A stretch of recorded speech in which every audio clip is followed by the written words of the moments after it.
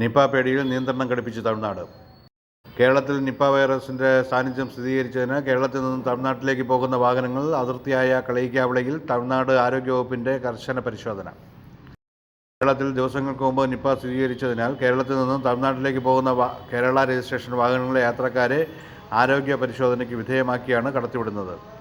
പനിയോ മറ്റാരോഗ്യ പ്രശ്നങ്ങളോ ഉണ്ടെന്ന് കണ്ടാൽ ആശുപത്രിയിലേക്ക് മാറ്റി കൂടുതൽ പരിശോധനകൾക്ക് വിധേയമാക്കും എന്ന് പരിശോധനാ സംഘം പറഞ്ഞു.